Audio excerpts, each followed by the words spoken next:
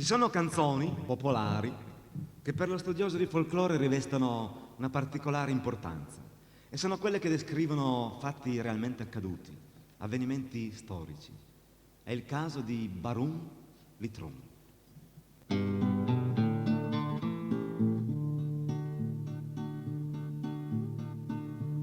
Andrinturin, aiet marchès, prinsie kunt, Barun e damme, prinsie damme, kunt e Barun, più la mort, Barun Litrun. La canzone Barun Litrun racconta le ultime ore di vita del barone Federico von Leutrum, illustre tedesco fattosi piemontese per i vincoli che lo legarono alla casa reale dei Savoia.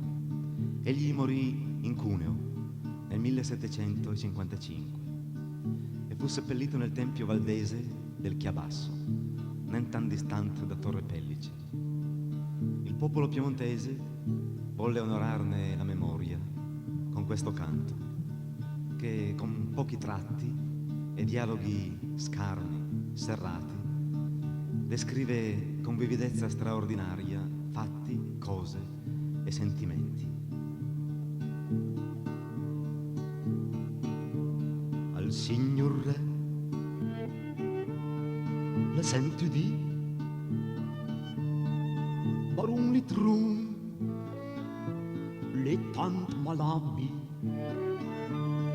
comanda carrosse e carrosse Barun Litrun lei la trouvé.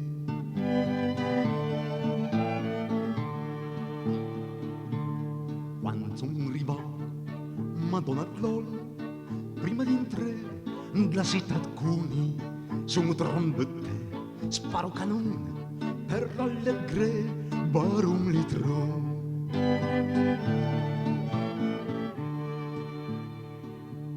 Al signor re,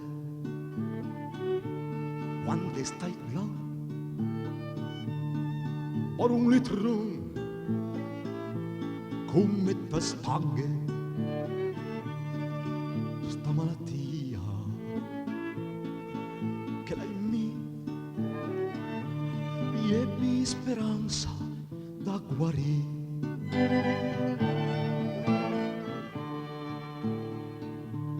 Al signor re alla prodit Barun Litrun, fate coraggio, mi darai ore arzan, mi farai prin general.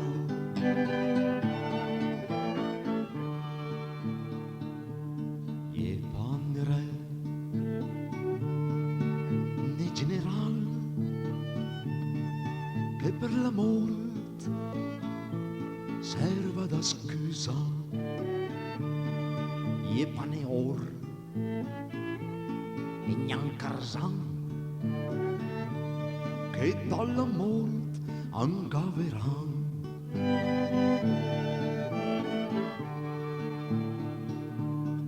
Il signor re ha ben dit l'estunen che ti batteso faria venire il scotterin mi serviria da topparin.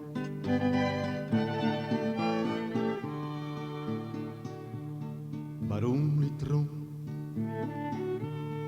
la risponde, sia ringrazia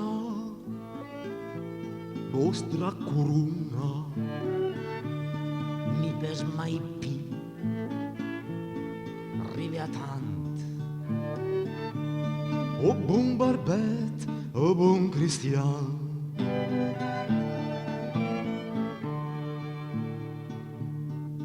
lascerai per testament cam supero an Val Luserna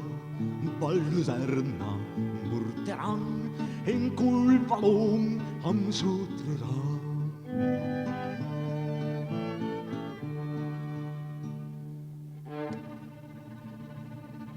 Barun Litrun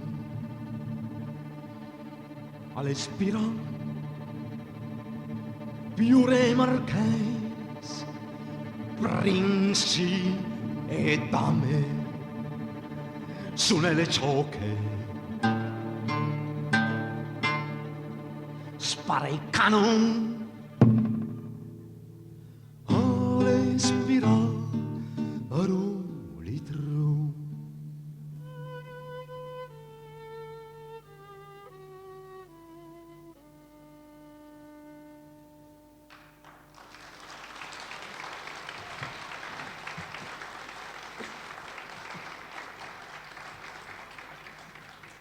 Maria Carolina Antonietta di Savoia, il 29 settembre 1781, sposava, obbligata da interessi reali, il principe di Sassonia Antonio Clemente.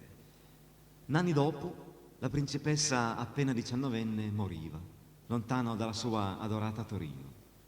Questa la storia e questa la canzone.